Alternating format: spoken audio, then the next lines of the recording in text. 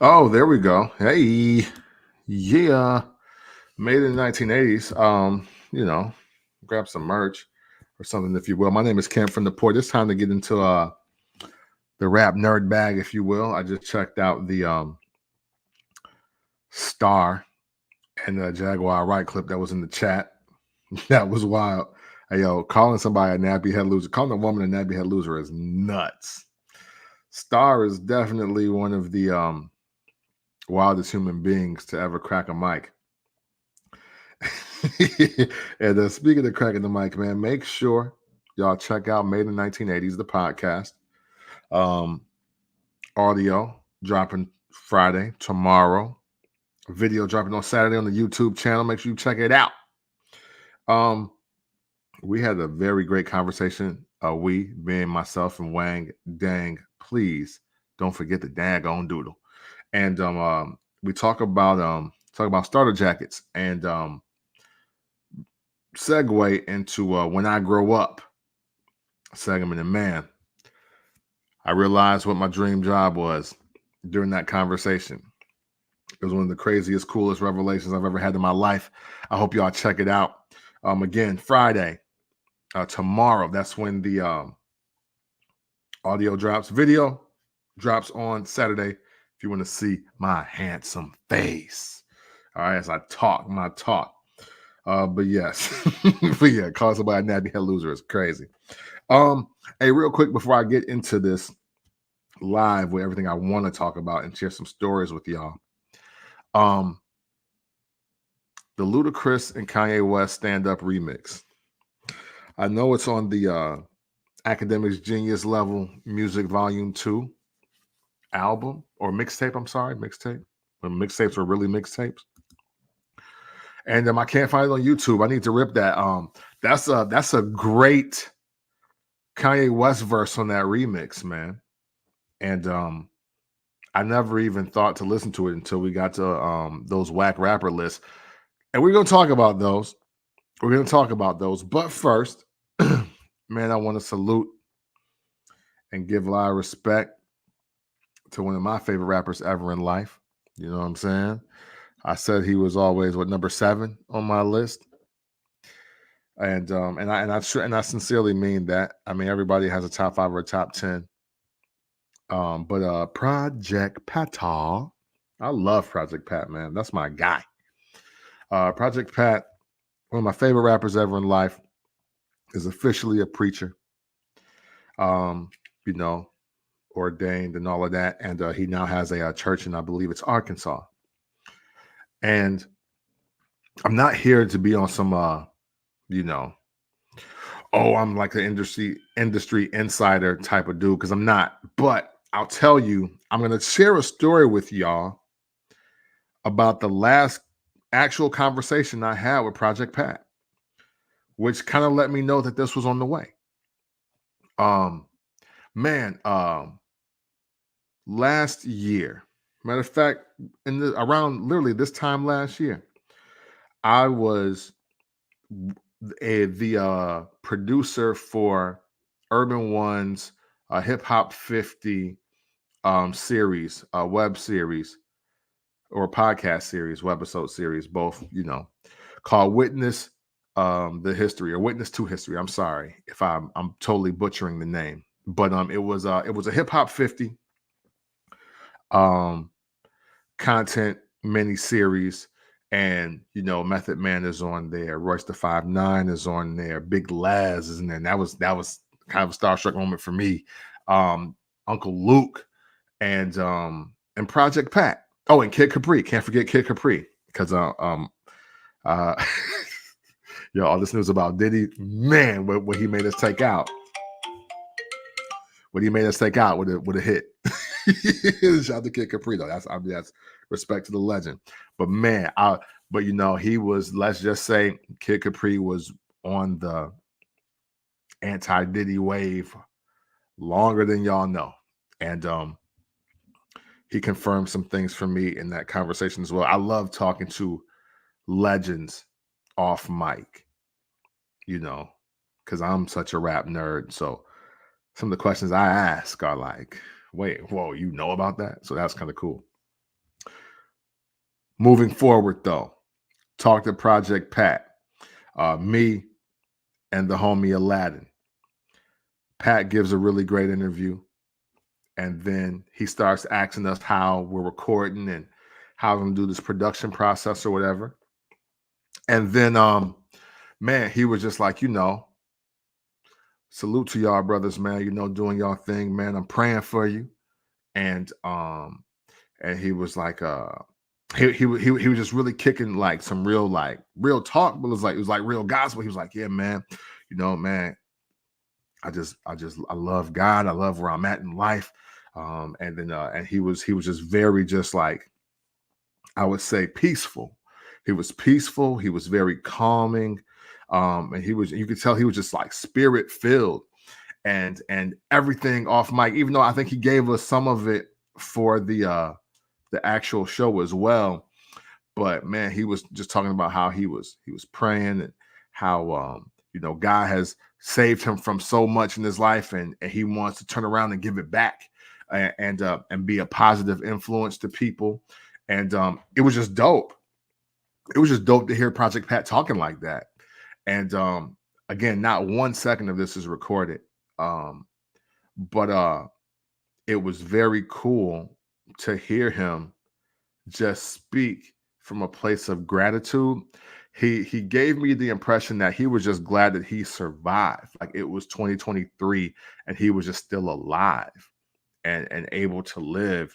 And it did sound like, what am I going to do with my life now?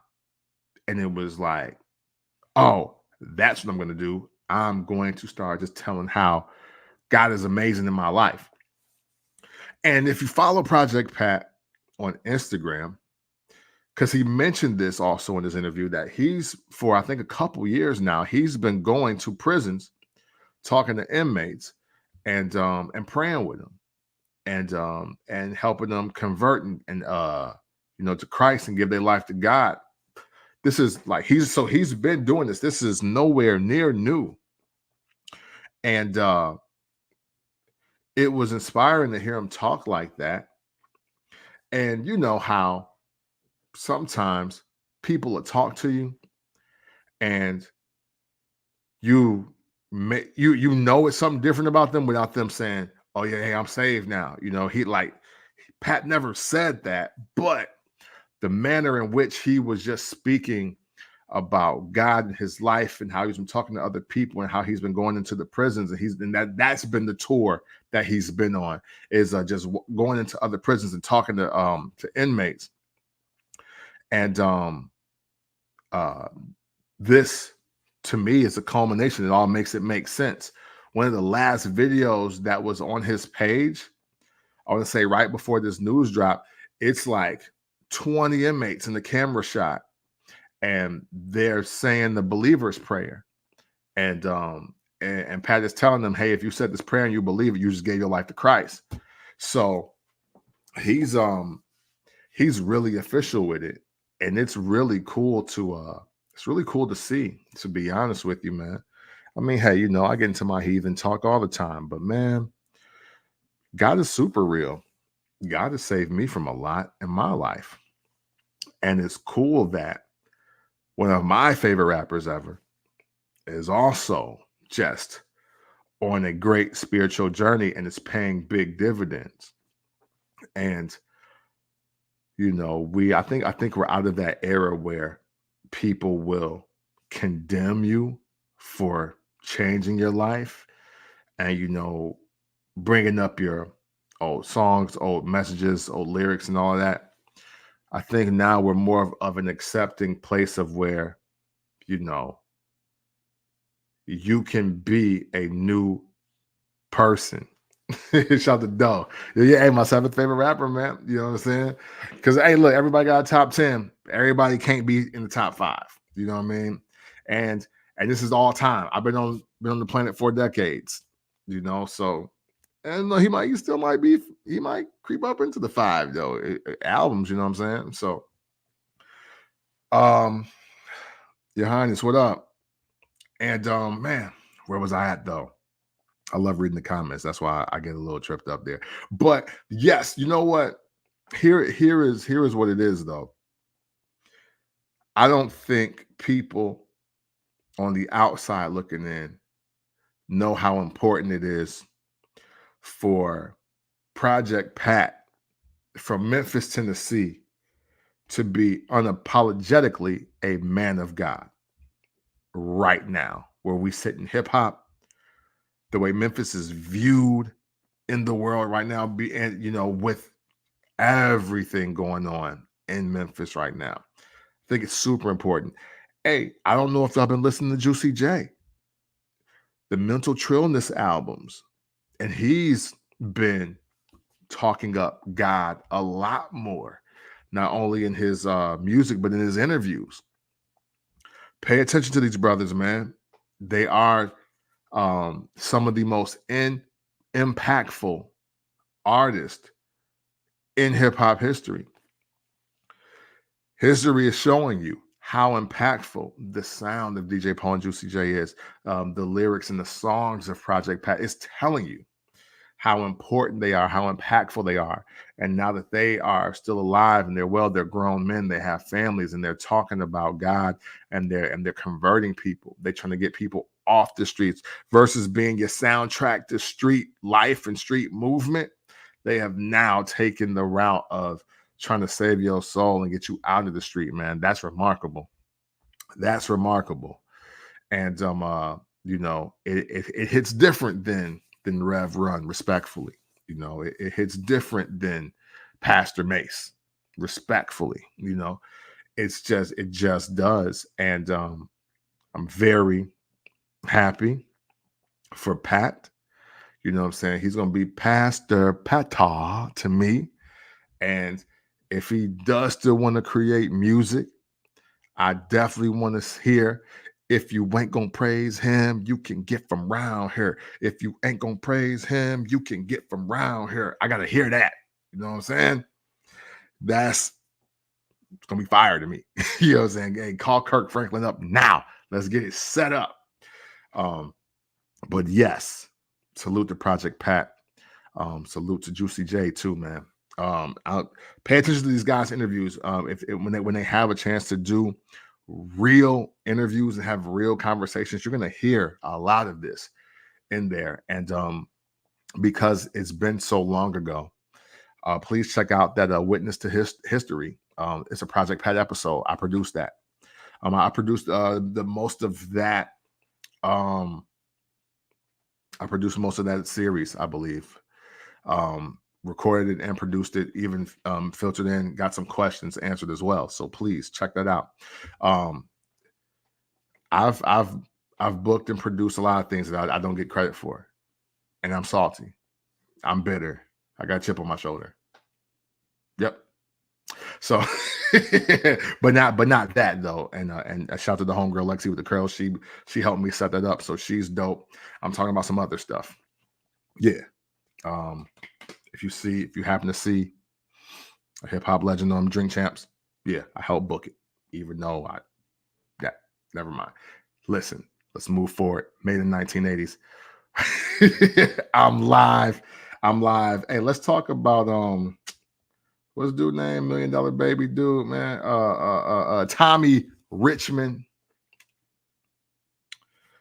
Tommy Richman, man. Okay, so recently he posted, "I'm not a hip hop artist." Duh. All right. Like, duh. I don't know what it is about specifically this era, but we want to make everything hip hop. Anything with an 808, anything with melody, or just anything that sound like if you put it in a car with 10s or 12s, it go do, do, do, do, do. We just swear it's hip hop. And we gotta stop that.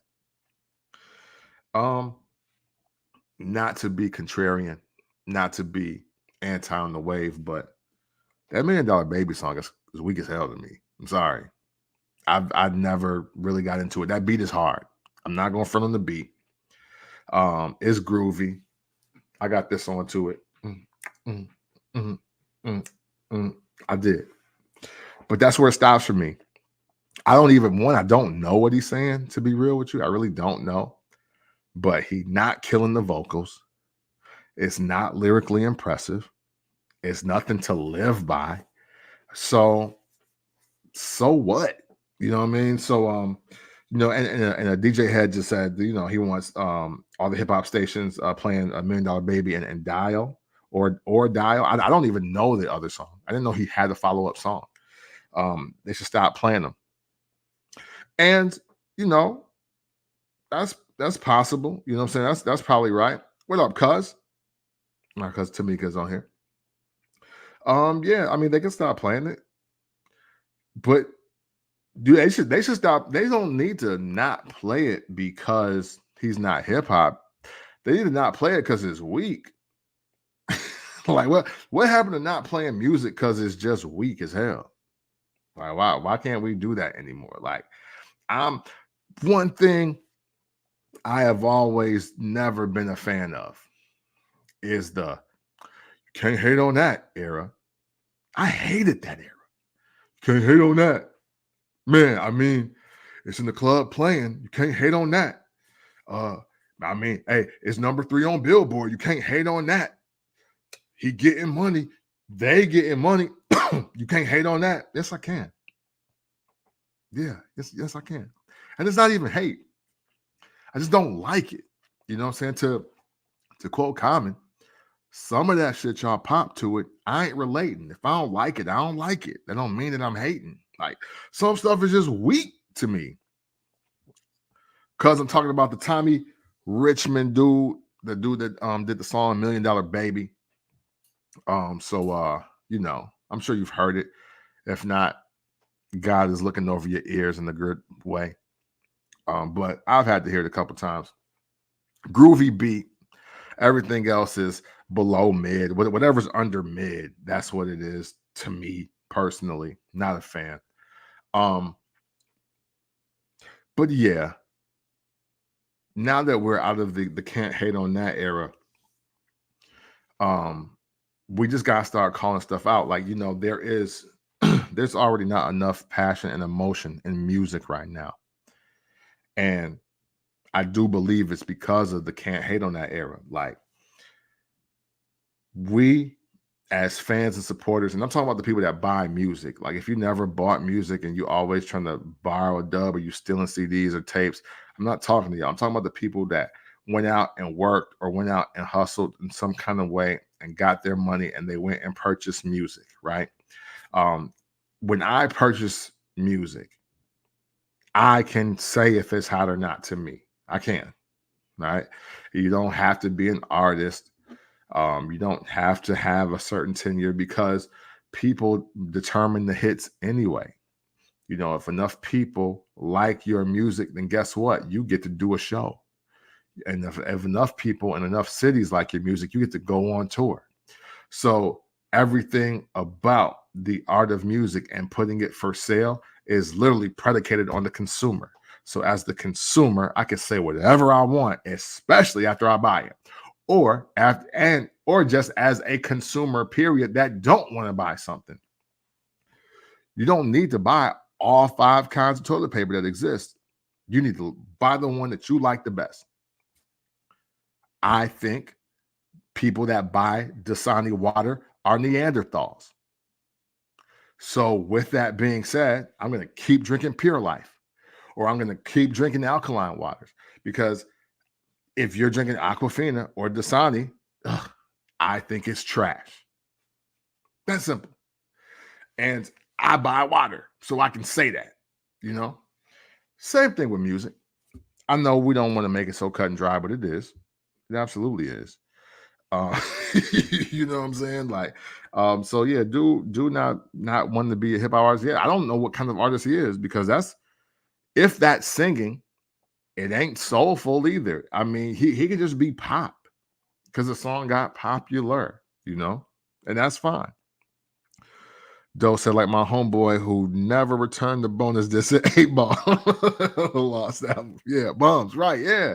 You know what I'm saying? Hey, yo, let me get that, bro. Hey, cuz, let me borrow that. and then you never see it again. It's just in obscurity.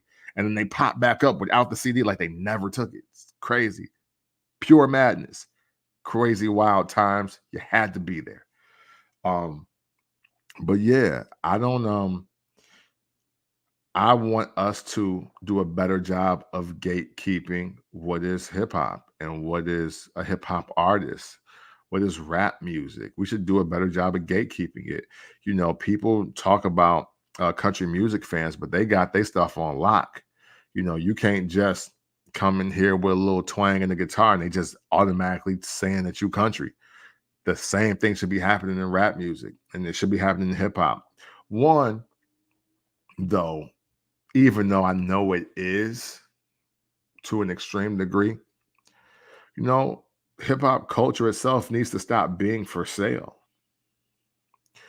You know, rap music is only just one element of actual hip hop culture. So, with that being said, we shouldn't even be talking about it so broad.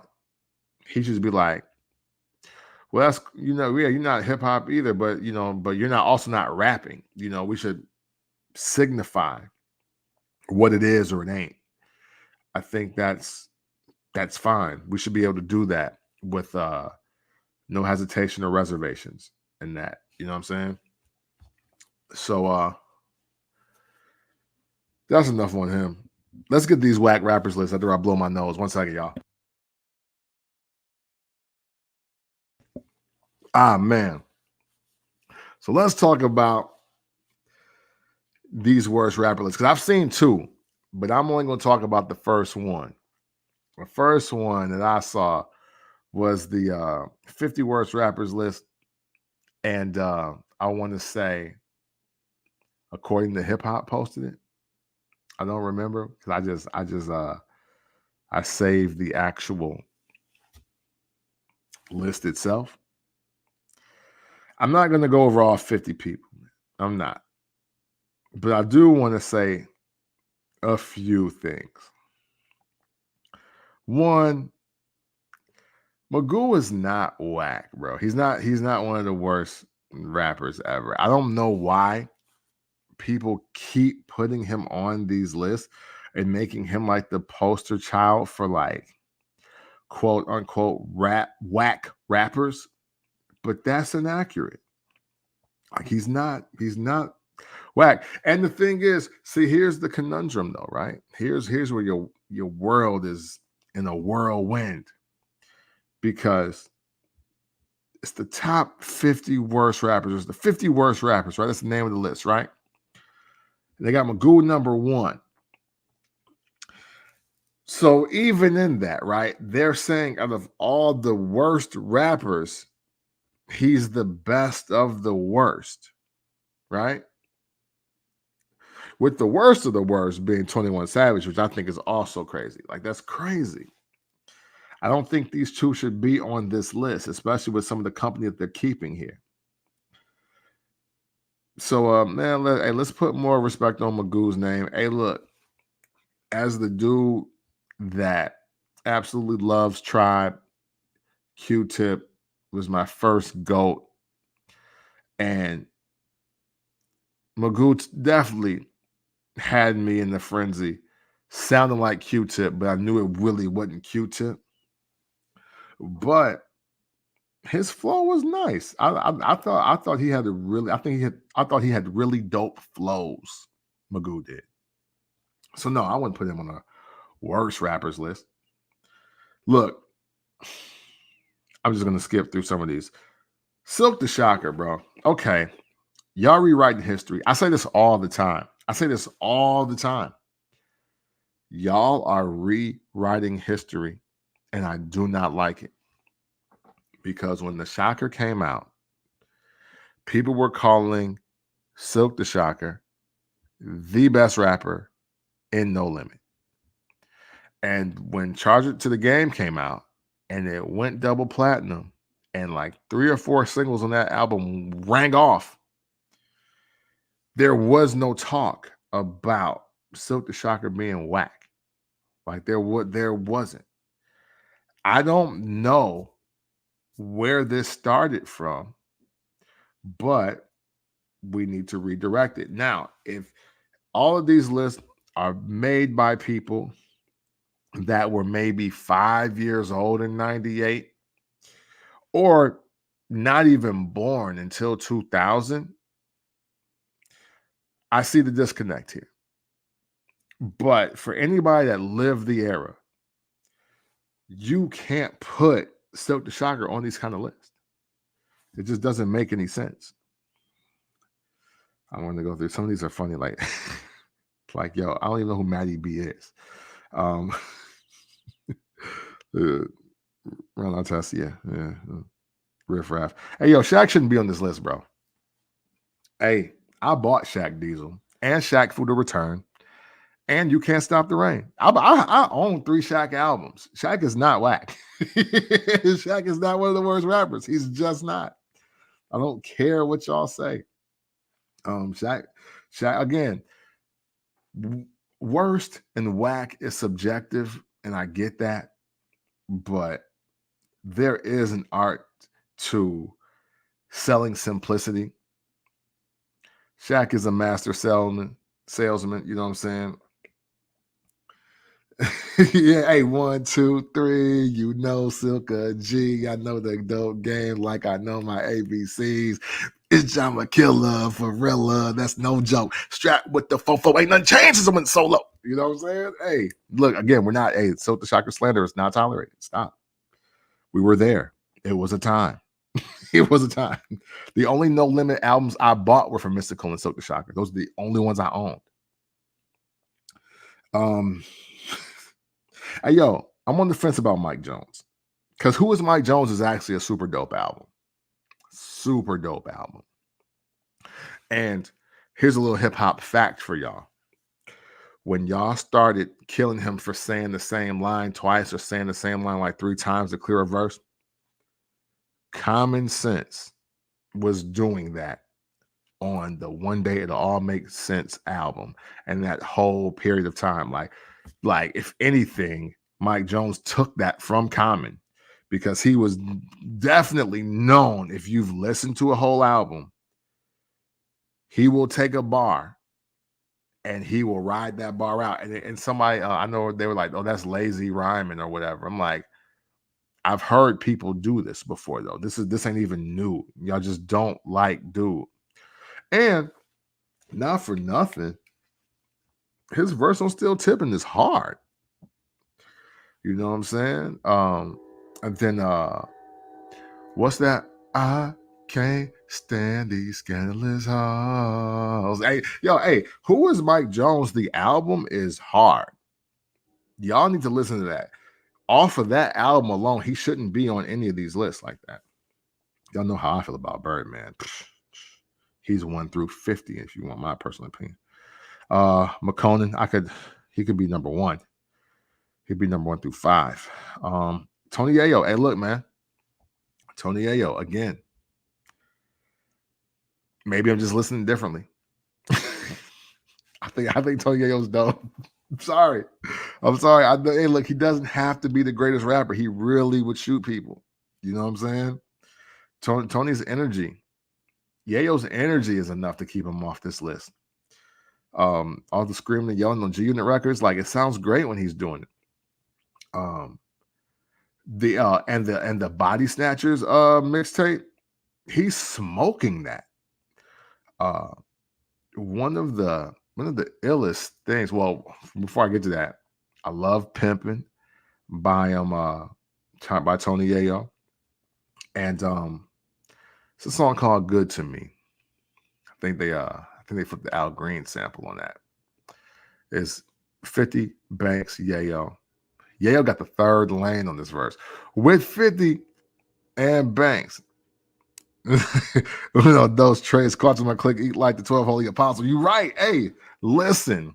Hey, again, simplicity sometimes wins, cuz I don't know what y'all talking about. Tony Yayo is not whack.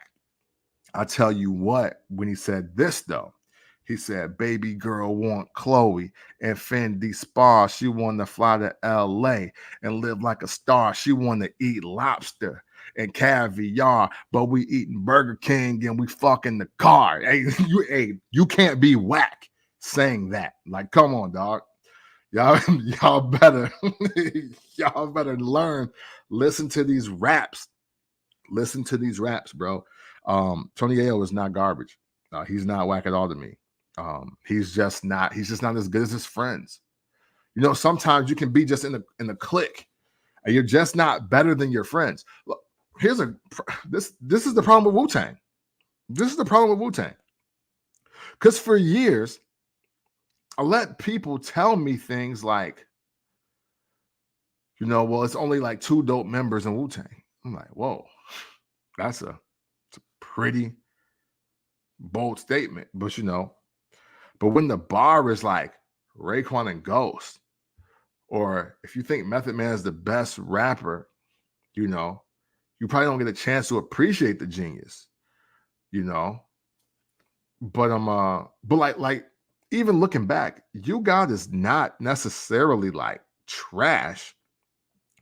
He's just really not as good as his friends are.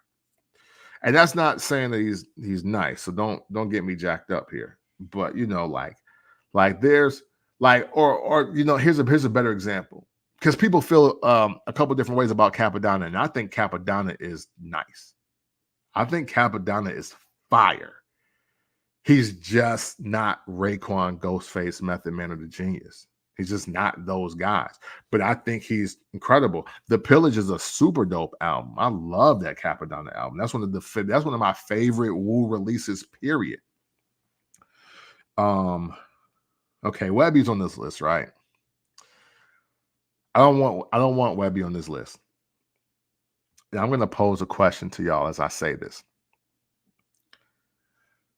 I believe that Webby has smoked Boosie on every single collab they've been on. Every single one. Savage Life, the mixtape, and Savage Life, the album, are incredible. Webby should not be on this list, bro. Sorry. I just do not believe in that. That's not fair. He's better than his homie, especially when they show up on the same track together. Like, nah, I'm not rolling with Webby. Chingy, I see, I get it, but Chingy got some standout verses. Earl Sweatshirt, I know why people say that, but Earl technically is really dope. His music just don't be the greatest. So now look, we're gonna get into a trifecta of people that should have never even been like near this list, right? Freeway. How Freeway make it on there? Are we only counting like I don't even know what we counting. I've never heard Freeway be whack. Now, I will say, I think it's the Free at Last album where he keeps referencing his Rockefeller times and being on 1-900 Hustler, and that is annoying. It is annoying, but that don't make him whack though. Like Freeway's dope. I don't understand why Freeway is on here, bro. Ludacris. Why are we turning on Ludacris? What did he do to deserve this? Ludacris is one of the most important rappers of the 2000s. Like, what are we doing? What are we doing here?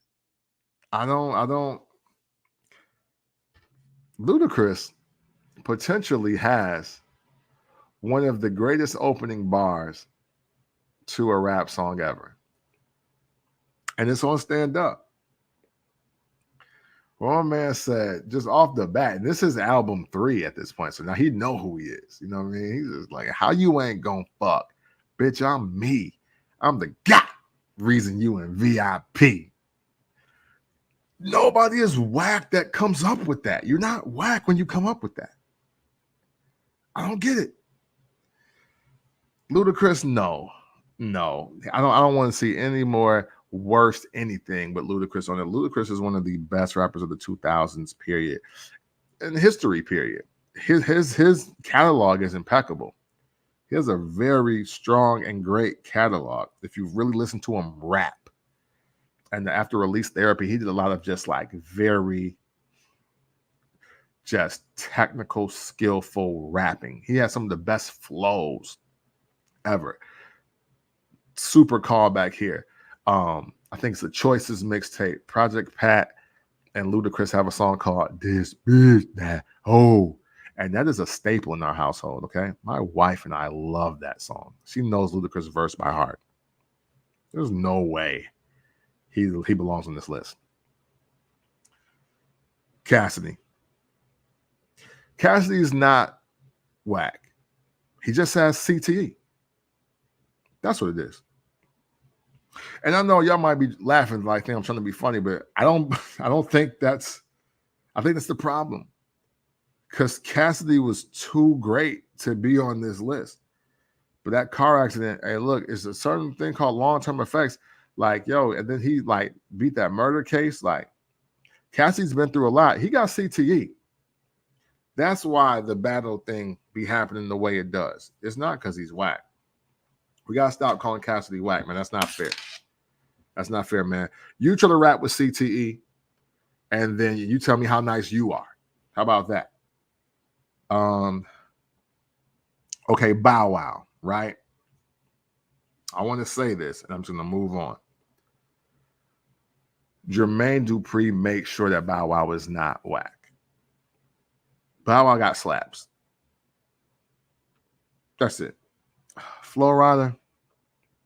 I don't know. I can't.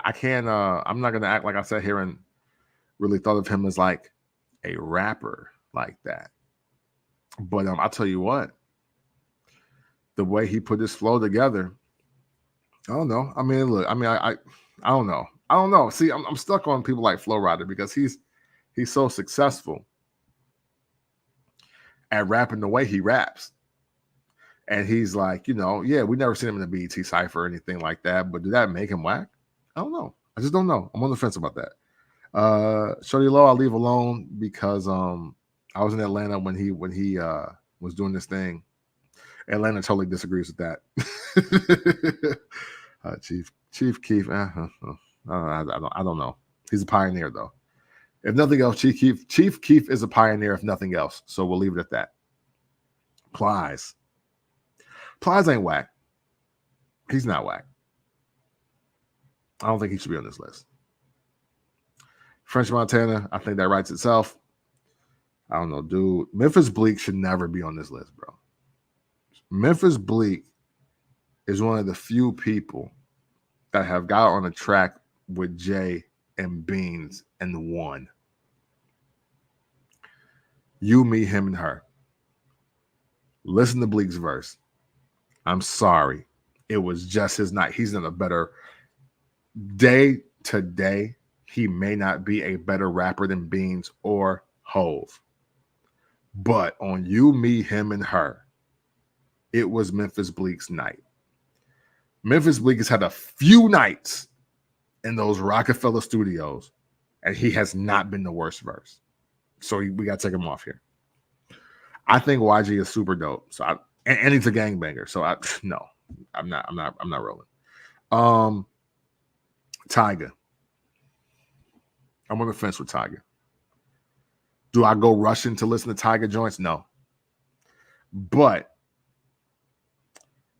Tyga, I think Tyga's learned enough from Wayne to kind of just like get an asterisk. You know what I mean? Logic is funny. Logic is the Ned Flanders of hip hop. Do with that information what you would like. 21 Savage. Hey, look, I love 21 Savage. I love 21. He's not on any whack list to me.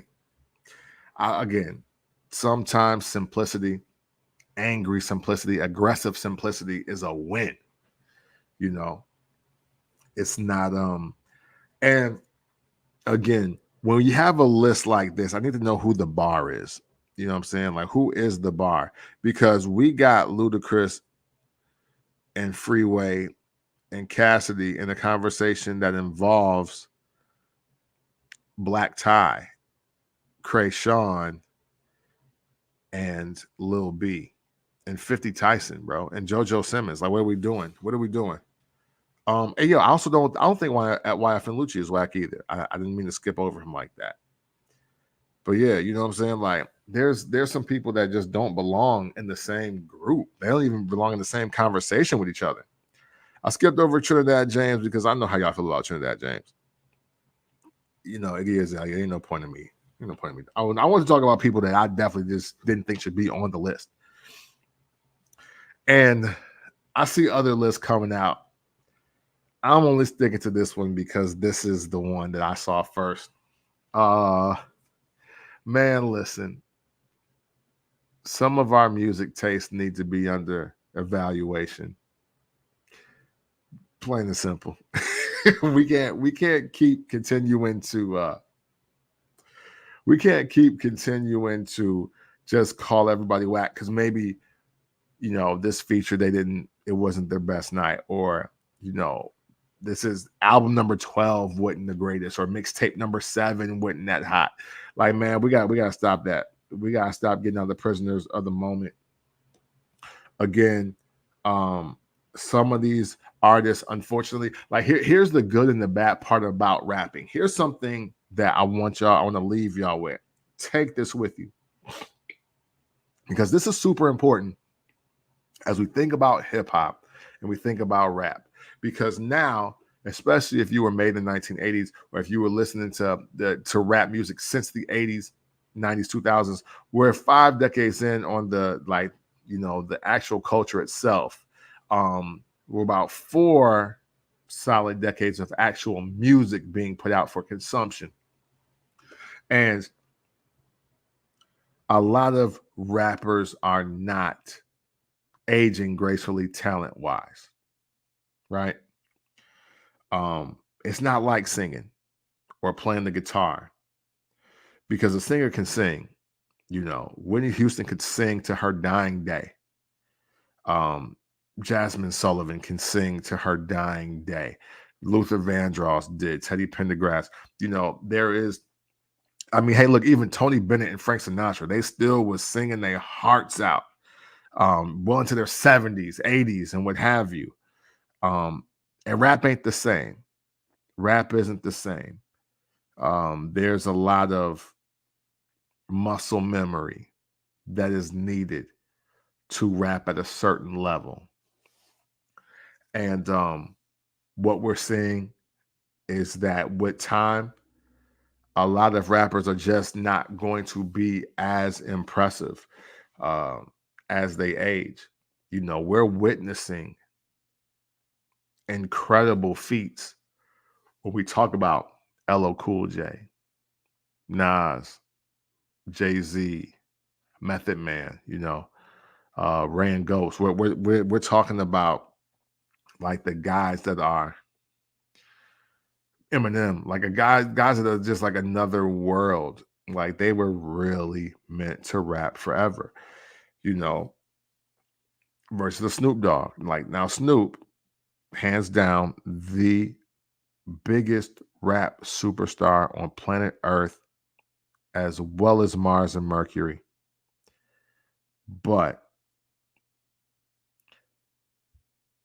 the flow that got Snoop in the league doesn't really hold up well in 2024. But it's cold for his time because it was swagger with the talent, with the aura and the energy. But he's a teenager. He's a 20-something-year-old kid, you know what I'm saying? And now that he's 50 plus, and Snoop is still unbelievably cool. But are you clamoring for a Snoop verse, though? The hip hop kid in you, the hip hop fan in you is probably saying, yeah. But at the same time, you know that, man, probably today, you know, you'll probably smoke Snoop. Listen, Snoop heard what Benny was doing in the studio. Let me lay the hook, cuz. Like, that's That's what happened. My perspective. My perspective. He heard what Benny was in there rapping. He was like, all right, you know what? Let me just add something to this. You don't need a verse from me on this. And again, and Snoop is far from whack. I think Snoop is incredible.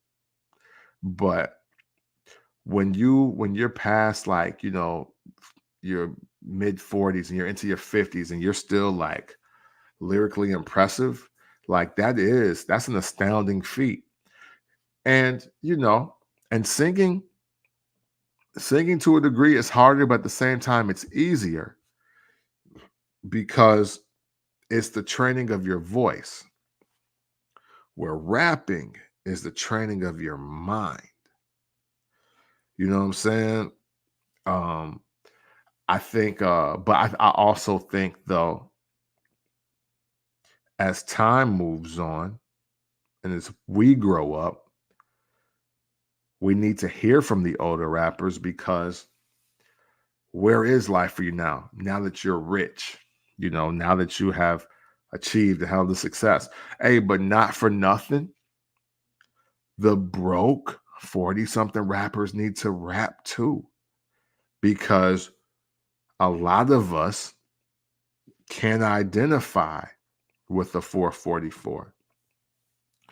But what is it for a guy that's on some get rich or die trying stuff at 47? Like, what does that sound like?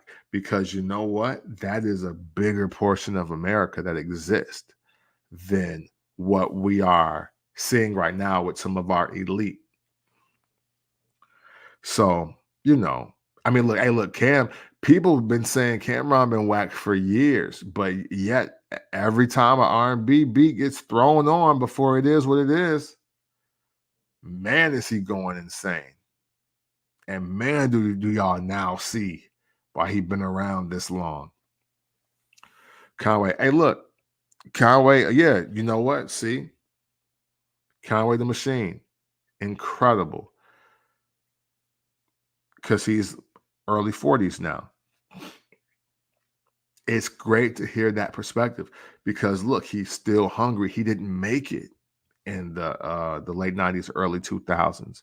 He did, like, he spent all this time trying to make it. So his music is still speaking to a part of us that is like, yo, no, I got to get out here and get it. I got to make it happen. Like, he is one of the most inspirational stories in hip hop ever. But I think just for 80s babies in general, like, I want to say this to everybody, even as I go through my own personal journey here. 40 is not too late for anything. You can still go after whatever you want to go after. You can still be the person that you want to be. Don't ever let social media tell you differently. Because I would say media, but there's too many people in their 40s or in their 50s or 60s that are getting love or trying to hold on to gigs. You know what I'm saying? Like, everything ain't so young person's game-ish. You know what I'm saying? Like, it's really not. You look at some of the most prominent figures in sports, media, entertainment. Man, are they way over that hill. Conway is the blueprint. Conway, Benny, and West Side Gun, though, they are the blueprint of how to do artistry over 35. They are absolutely the blueprint. You need to take pages out of that book, because, chasing the mainstream should never be about music anyway. Your music should never be about chasing popularity, pop culture. It should just be about you putting out your art. Because if you're great at your art, we're going to notice your art. We're going to support your art. We're going to love your art. That is a fact. I don't care what anybody says. And you see what's happening with labels. They don't want y'all there, no way. So it's a better time than ever. It's no better time than the present to put your art together, put it out, and let the world react and gravitate to it, no matter what it is. Hey, not for nothing. That's why I've been going live more lately. That's why I've been doing my best to create my content and get my ideas and my visions out there, because I'm inspired by so many people that in my age group that are not done or that are just getting started. And that's amazing. That's amazing to see. And we need more reminders of that. It's okay to be inspired by the young people. It's okay to be inspired by the people that have already done it and have gone. But when you can sit amongst your own class, my class is 40 to 45-year-olds. It's great to see that we are all still in the hunt, in the fight, and making great success happen. It's amazing to see. That's going to do it for me this evening. Thank y'all for listening whenever you decide to listen. Yeah, Ludacris should never be on these lists. I don't know what y'all, what's happening, bro? Like, what's happening? I don't get it. I don't want to throw anybody on the list, but the High and Mighty could have definitely made the list, and the white dudes from Raucous, they could have made that list.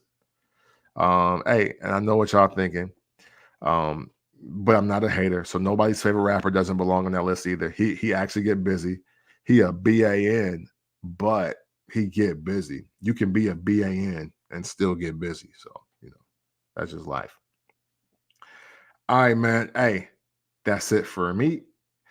I thank all of you, and always and consensually, it's love.